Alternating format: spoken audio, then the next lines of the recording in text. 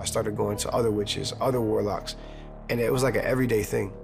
I was told by these witches and warlocks that I was supposed to be one, that this is what I was called to do. Richard Lorenzo thought he had finally found his purpose in life, something he'd been searching for since he was a young boy. What's the purpose of this life? Why do we live to die? So that was always in my mind, and it used to torment me a lot. Initially, making money was Richard's goal. What he could buy and who it could influence. Soon, he was chasing the life he saw on TV and in the movies. Wanting to have the girls, wanting to be popular, wanting to, get the car and see the things and, have the things that I see in music videos. He rarely did drugs, yet started selling marijuana in high school. Richard saw it as the easiest way to make money, so he could invest in legitimate companies. I had this drive, again, to always get money in every situation, legal or illegally, try to get on top, try to make it to where I could start a business or something, make the millions of dollars or whatever it was, and make it. I wanted to do something with it and not just be another one of those statistics locked up in jail or killed. After 2 years of college, Richard dropped out and joined the Navy, looking for some stability. What he found was a new market to sell marijuana. Before long, he was buying weed in bulk and shipping it across the country. So in my mind, I thought success or money or, having the financial freedom would bring that fulfillment. Then in 2018, a drug package worth $20,000 went missing. Although it was a small fraction of what he was making, Richard flew into a rage. For some reason, I wouldn't let go of it.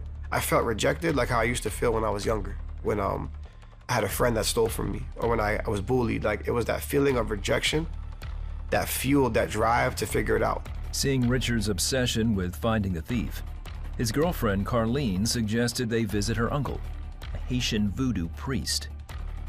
After Richard's discharge from the Navy in early 2019, the two flew to Haiti to meet the priest.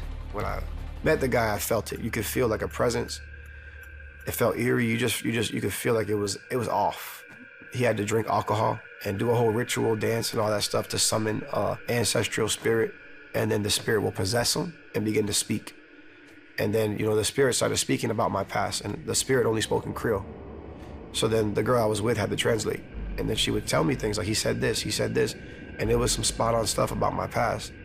Richard never got an answer about the missing drugs, but his curiosity was piqued. So when he returned home to California, Richard dove into witchcraft and forgot all about his missing drugs. I would see different rituals they would do. It was weird. I felt uncomfortable. It didn't feel comfortable at all. It was exciting. It was exciting, and it was again, it was like a satisfaction to the flesh. Yeah, I thought that this was the purpose to life. I thought that this might be my calling. This is what God wants me to do. Whoever God was. A couple of months later, Carlene got pregnant, and the two moved to Florida to be closer to family. That's when Richard noticed something odd. Christians started showing up in his life. I met a barber. His name is Paul. I was telling him about the voodoo I was doing. He was like, I don't do that. I'm a Christian. He stood firm on the gospel. He didn't waver. Richard also met another man who invited him to church. After several weeks, Richard finally relented and went. As I was walking in the church, I felt an overwhelming feeling of peace. The atmosphere was light, which is the complete opposite of how it was in those witchcraft stores. I looked to the stage. They were practicing for worship, and I see my barber on the stage. It was like, this is too coincidental. I started feeling like, man, this might be real. This might be real. When they opened up for service, they started playing Reckless Love, how he leaves the 99 for the one. That was the first time I felt the presence of God. I began to cry, to weep. The pastors laid hands on me, prayed for me at that service, and I still didn't believe. Despite his doubts, Richard bought a Bible and started reading it in search of that peace he had felt. Then a month later, alone in his apartment, something clicked. I put down the Bible, and there was this realization that hit me. In my mind, I just was like, it's Jesus. It has to be. And then it hit my mind and my heart. I felt like this faith. I felt faith, belief. I was like, God, Jesus is, he really is the answer. He's the way. I fell to the ground, crying profusely, and I just felt like everything shifted. Everything shifted. I just knew that it was Jesus Christ. When I encountered that light, that love, that peace, everything shifted. Like the desires of my heart literally changed. Richard threw away all his witchcraft paraphernalia and surrendered his life to God.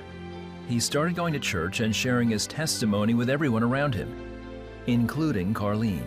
She broke down crying, gave her life to Christ too. And then eventually we both got baptized together. We went and we got married at the courthouse alone on her lunch break. Today, Richard is a pastor and street evangelist who wants everyone to find their purpose in a loving relationship with God. The whole meaning to life is to love and serve, because we're here temporarily. Nothing that we attain in this world, traveling, women, cars, clothes, success means anything, because we're gonna all die and we can't take it with us. Just don't get caught up in culture and the world and the things that don't matter. Really embrace that question, what's the purpose of life? And it'll lead you to start seeking, and you will find that is Christ.